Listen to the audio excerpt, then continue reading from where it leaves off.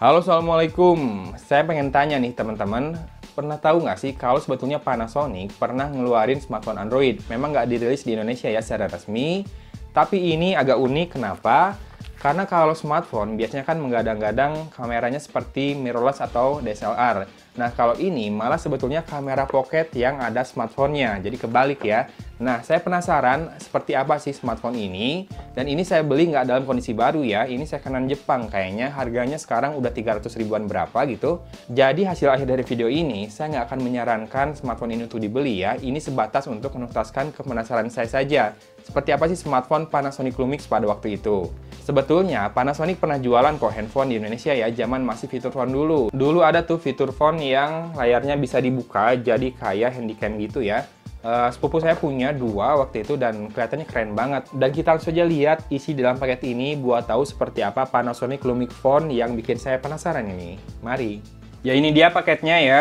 Sepertinya ini masih dapat kardusnya jadi nggak batangan. Ini sudah saya sobek dulu alamatnya ya biar nggak kelihatan. Yuk kita buka. Ya, seperti ini kemasannya Lumix NLG.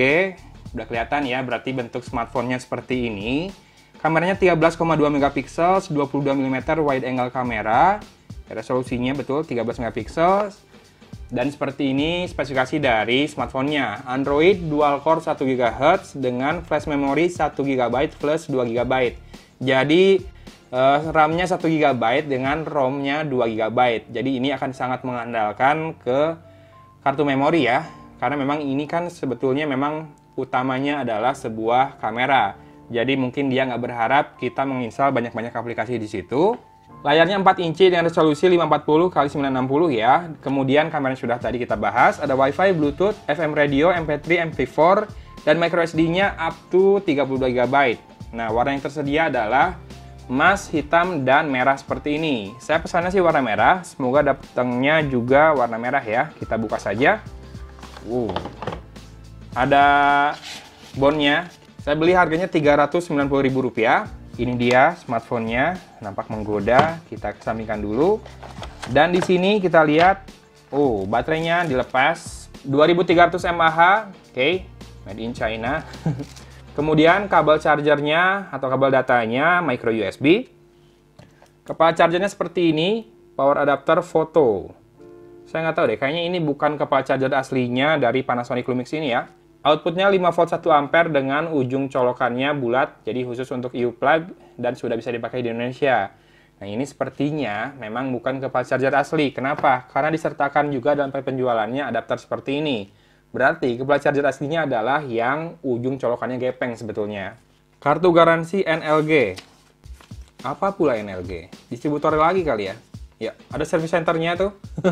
Jakarta, Medan, Balikpapan, Banjarmasin, Pekanbaru, Solo. Kayaknya kardusnya ini bikinan sendiri ya. Jadi dia ambil image, di print di sini, bikin kardus sendiri. Soalnya ada NLG-nya ini. Ya, sudah. Nah, ada buku panduan juga bahasa Indonesia. Cuma buat masukin kartu SIM, tidak ada bahasan soal handphonenya. Ini standar banget Android seperti ini. Sudah selesai, kita sampingkan dulu semua kardus-kardusan ini ya. Ini dia smartphone-nya, smartphone berkamera. Salah. Ini dia kameranya, kamera bersmartphone. Yap, kece ya, cantik banget. 390 ribuan kalau dapat seperti ini. Nggak tahu sih, kayaknya ini refurbish kali ya. Bodinya mulus banget soalnya. Ya, di mana-mana mulus. Oh, ini tipenya. Panasonic Lumix P02D. Oke. Sisi depannya masih diplastikin gini. Ini refurbish lah jelas. Kece ya. Sisi depannya ada tulisan NTT Docomo. Oke, ini versi Docomo berarti memang harusnya ini dijual di Jepang sana ya.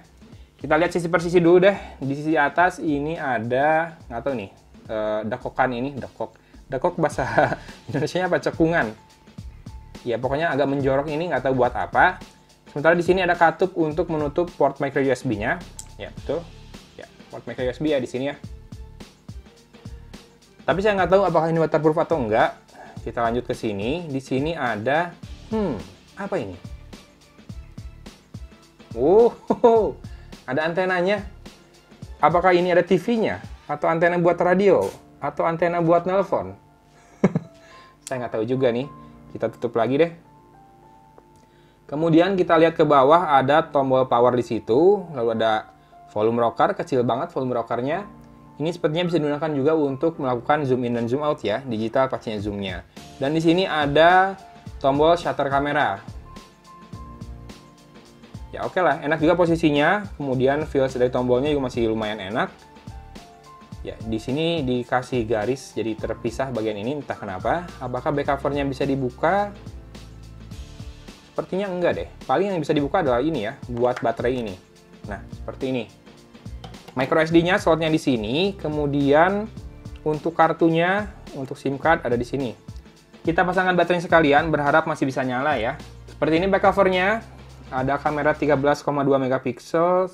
Kalau ngelihat ukuran lensanya, sepertinya kameranya tidak istimewa ya. Mungkin di zaman sekarang udah sangat biasa nih kamera seperti ini di smartphone. Oh, ini di lem. Jangan dibuka berarti ini. Jangan dibuka.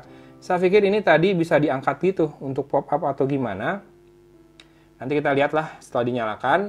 Di sisi bawah ada dekokan lagi yang tadi, dan di sini ada lubang untuk strap ya. Dan di sebelah kiri ini ada pin konektor, entah untuk apa. Mungkin ada yang tahu, silahkan tulis di kolom komentar ya.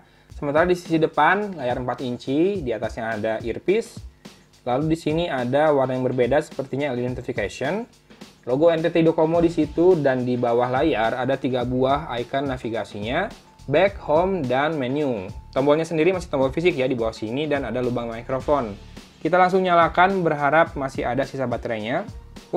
Mantap, masih menyala. Dari kemulusan bodinya seperti ini, saya sinyalir ini adalah kondisinya refurbished, jadi ganti bodi ya. Walaupun belum tahu sih fakta sebenarnya seperti apa. Oke, sudah menyala dan layarnya terlihat sangat-sangat redup dan sedikit ada jarak, bukan sedikit lagi sih, ini kelihatan banget jaraknya dari panel sentuh ke panel display, sehingga pasti dari pinggir visibilitasnya kurang, viewing angle-nya juga kurang banget. Untuk masuk ke application drawer ada icon di sini yang bisa diklik, all apps namanya. Kita masuk ke setting. Udah bahasa Indonesia, setelan. Ya, bisa dilihat ini jadul banget, sepertinya masih apa ya Android-nya. KitKat. Udah bisa di tap-tap. KitKat. Salah. Ice cream sandwich, mantap. KitKat itu 4,4, ini 4.0. Dan ya, internal storage-nya memang hanya 2 GB, itu pun tersedia buat user 1 GB saja, dengan free space 878 MB. Install aplikasi dikit banget berarti ini ya. Kemudian kita akan lihat kameranya saja langsung, ini yang paling bikin penasaran tentu saja. Oke, disuruh insert micro SD, tapi paling nggak kita bisa lihat menu-menu yang ada di kameranya ini ya. Perekaman video Full HD, ini ada ACE anti-shake-nya ya. Oke. Zoom-nya jelas, ini zoom digital. Ini zoom-nya. Jelas sekali zoom digital. Kemudian di settingan ada GPS. Lalu ada timer, ada flash. Flash-nya warnanya merah. Ini kalau lagi foto pasti flash-nya tetap putih sih. Tuh kan, putih. Terang banget flashnya. Dan di sini adalah untuk beberapa scene yang bisa dipilih. Ada HDR, ada apa ini? Ini portrait ya. 3D. Ketika 3D dia malah force close. Oke, dan yang saya baru notice adalah dia nggak punya kamera depan ya. Oke, saya udah bingung sebetulnya mau bahas apa lagi. Jelas ini handphone jadul, Android ICS, Ice Cream Sandwich 4.0.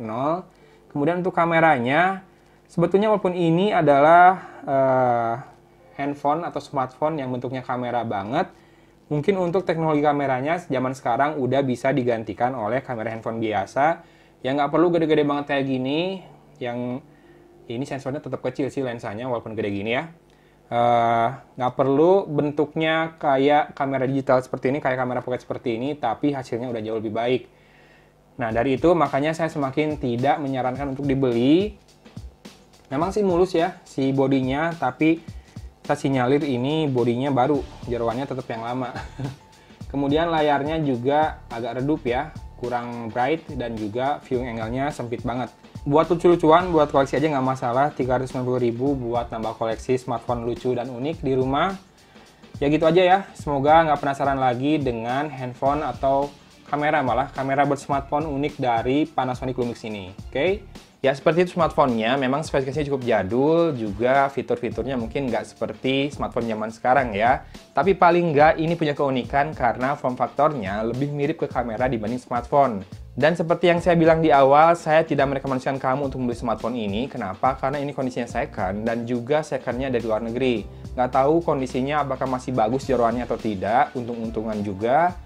Yang pasti ini hanya untuk menuntaskan penasaran dan juga biar teman-teman tahu kalau Panasonic Lumix pernah punya smartphone yang bentuknya kayak kamera pocket seperti ini ya. Oke, dari Kota Cimahi, Agun pamit undur diri. Wassalamualaikum warahmatullahi wabarakatuh.